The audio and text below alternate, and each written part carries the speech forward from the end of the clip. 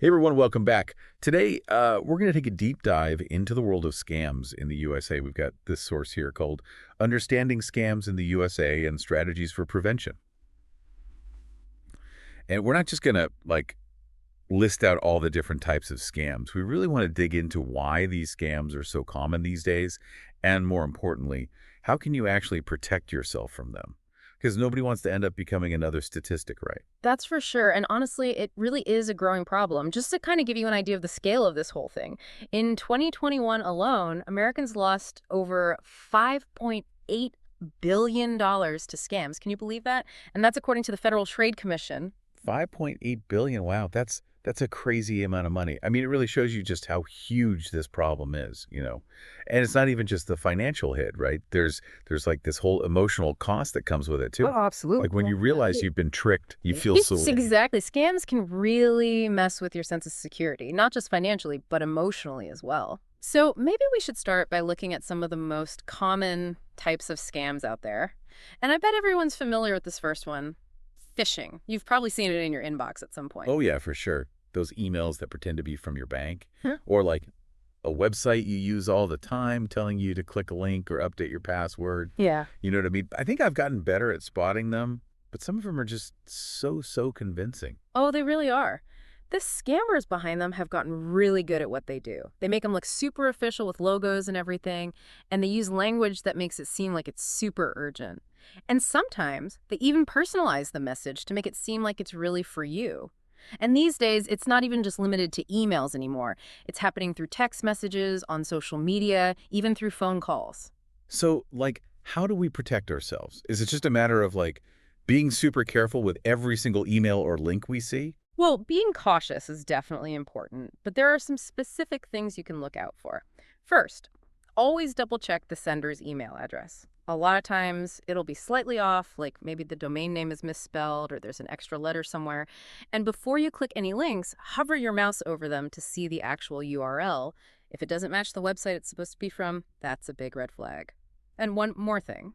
A legitimate company or organization is never going to ask you for sensitive info like passwords or your social security number through email. Right, that's good to remember. And what about investment scams? With all this hype around cryptocurrencies and NFTs, it seems like everyone's trying to find the next big thing to invest in. Yeah, you're absolutely right. And the scammers are taking advantage of that. They create these websites that look all fancy and professional and promise these huge returns on investments with little to no risk. It's just too good to be true. Yeah, that's what I always think. If it sounds too good to be true, it probably is. Yes. So how can you tell the difference between a real investment opportunity and a scam? Well, one thing to watch out for is when they promise crazy high returns with almost no risk. With any legitimate investment, there's always going to be some level of risk involved.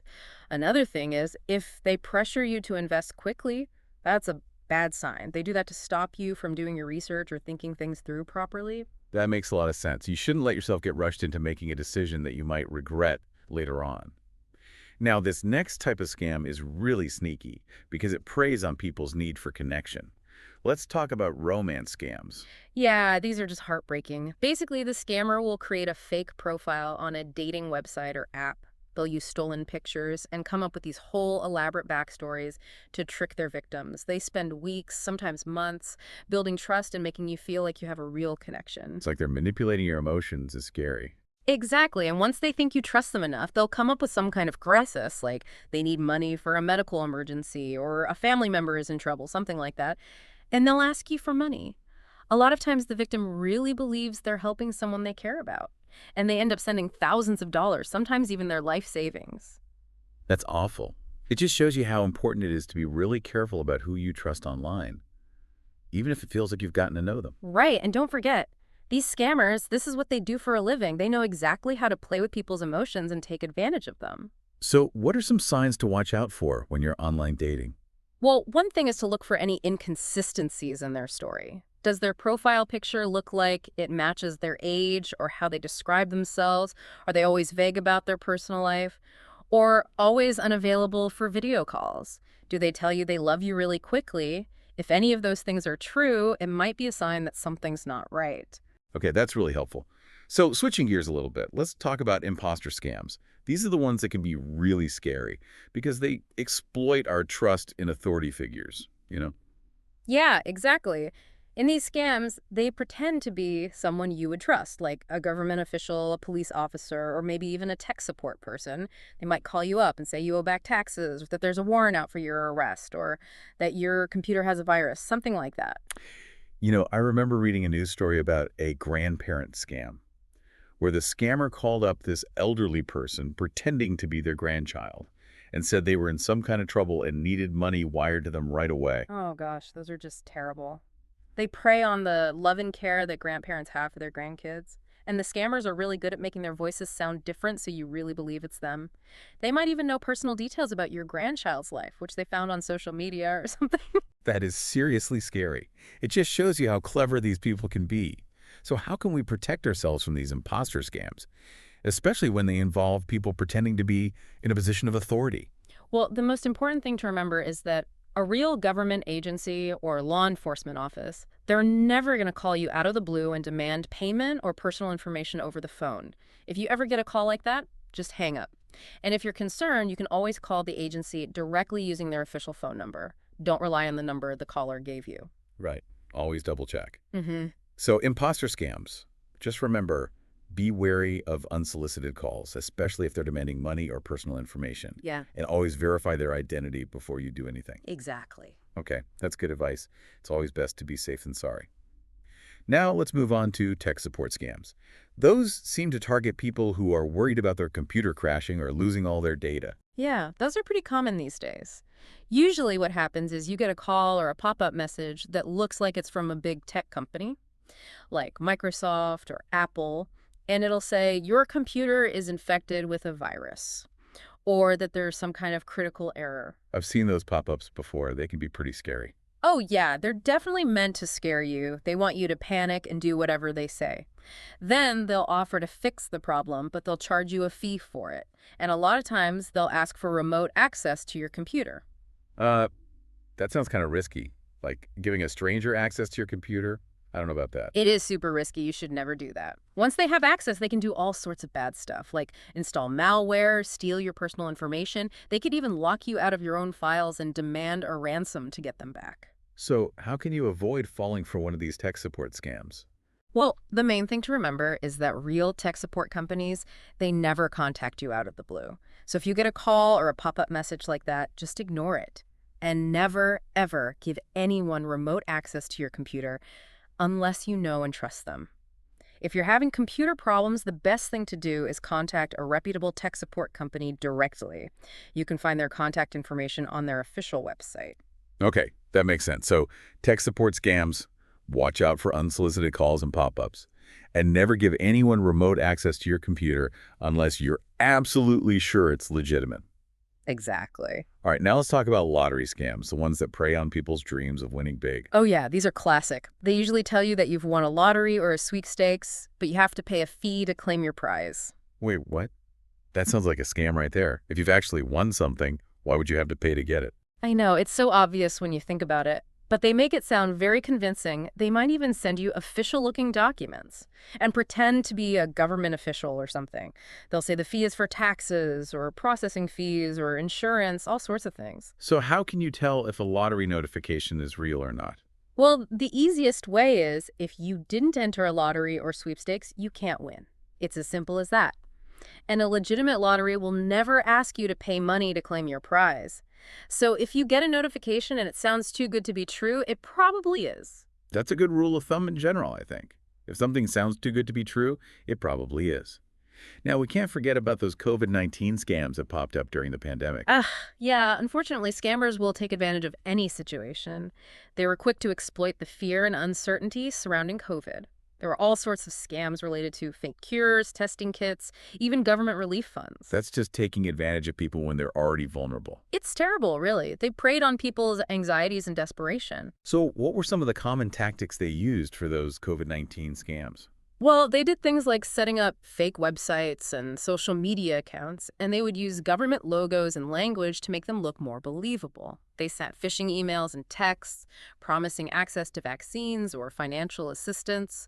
Some of them even made robocalls pretending to be from health officials or government agencies. It just goes to show that scammers are always looking for new ways to trick people, especially during times of crisis. So this brings me to a question I've been wondering about. Why does it seem like the USA is such a prime target for scams? What makes us so vulnerable? That's a great question, and there are a few reasons for that. One big reason is that internet use is so widespread in the USA. Most people have access to the internet, and we use it for almost everything. Banking, shopping, social media, you name it. So I guess that means there are just more potential victims for scammers to target. Exactly. And they're constantly coming up with new ways to reach people online. They're using all sorts of sophisticated techniques like social engineering, malware, even artificial intelligence. It's like a constant arms race to stay ahead of them. It sounds exhausting. It can be.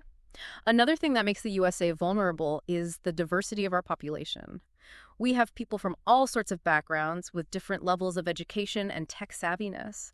That means there's a wider range of people for scammers to target. So there's no one-size-fits-all profile of a scam victim. Anyone can be vulnerable no matter how old they are or how educated they are or how much money they make. That's right. Scammers are really good at figuring out what makes people tick, and they tailor their approach to exploit those vulnerabilities. For example, they might target seniors with scams related to healthcare or retirement, while younger people might be more likely to fall for scams involving social media or online gaming. That's a little scary to think about, that anyone can be a target. But, knowledge is power, right? The more we know about these scams, the better we can protect ourselves.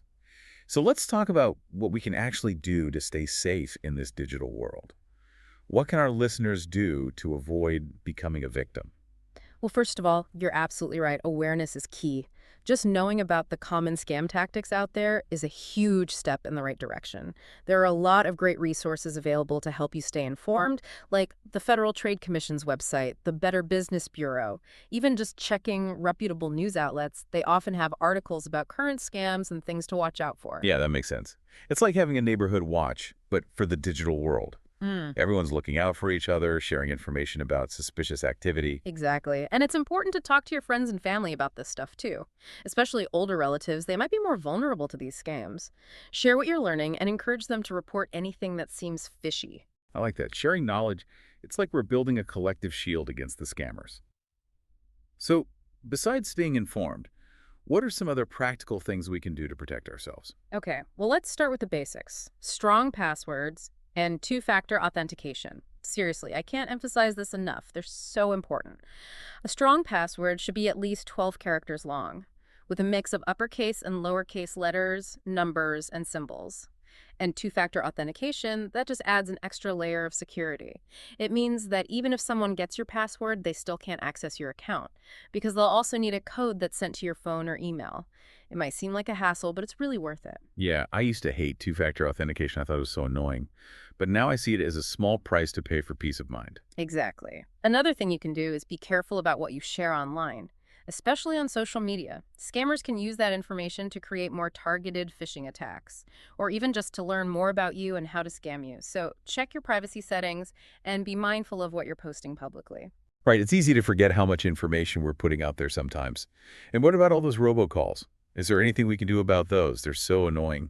Oh, for sure. There are definitely ways to fight back. Most phone carriers have call blocking services you can sign up for. And there are also apps you can download that filter out spam calls. You can even register your phone number with the National Do Not Call Registry. Although that won't stop all of them, especially the scammers. They don't really care about those rules. Yeah, I've tried a few call blocking apps, and they do help. You still get some, but it's definitely less than before. And if you do answer a robocall and you realize it's a scam, just hang up. Don't engage with them at all, because the more you talk to them, the more likely they are to keep calling you. Got it. Silence is golden when it comes to robocalls. Just hang up and move on with your life. Now, what about those pop-up messages that warn you about a virus or a computer problem? Those can be pretty scary, especially if you're not very tech savvy. Yeah, no, they're designed to scare you into doing what they want. But here's the thing. Real antivirus software, it never uses scare tactics like that. So if you get a pop-up message like that, don't click on it. Just close the window and run a scan with your own antivirus program. So treat those pop-ups like a digital version of Don't Talk to Strangers. Exactly. Okay, so let's say, despite all our best efforts, we do fall victim to a scam. What should we do? Okay, well, first of all, don't beat yourself up about it. These scammers, they're really good at what they do. Anyone can fall for it. It doesn't mean you're stupid or anything. The most important thing is to take action as soon as possible. Contact your bank or credit card company right away if you think there's been any fraudulent activity, and file a report with the Federal Trade Commission and the Internet Crime Complaint Center. And if you've given the scammer access to your computer or any personal information, you need to change your passwords and take steps to secure your accounts. So it's about damage control, basically, trying to stop things from getting worse. And even though it feels awful to be scammed, reporting it can actually help prevent others from becoming victims too, right? That's right. When you report a scam, you're giving valuable information to law enforcement. It helps them track down the scammers and identify patterns in their tactics. It might even help them shut down their whole operation. It's a reminder that we're all in this together. You know, by working together and sharing information, we can actually make a difference. Well, this deep dive has been really eye-opening. We've learned so much about the different types of scams out there and the psychology behind them, and most importantly, how to protect ourselves. I hope so. I hope our listeners feel more empowered now. Remember, scams are a serious problem, but we don't have to be helpless. The more we understand about them, the better equipped we are to fight back. Well said. And on that note, we'd love to hear from our listeners. What are your thoughts on this episode? Have you ever encountered a scam? What steps are you taking to stay safe online? Share your stories and insights. We're all ears. And until next time, stay vigilant, stay curious, and keep diving deep, deep, deep.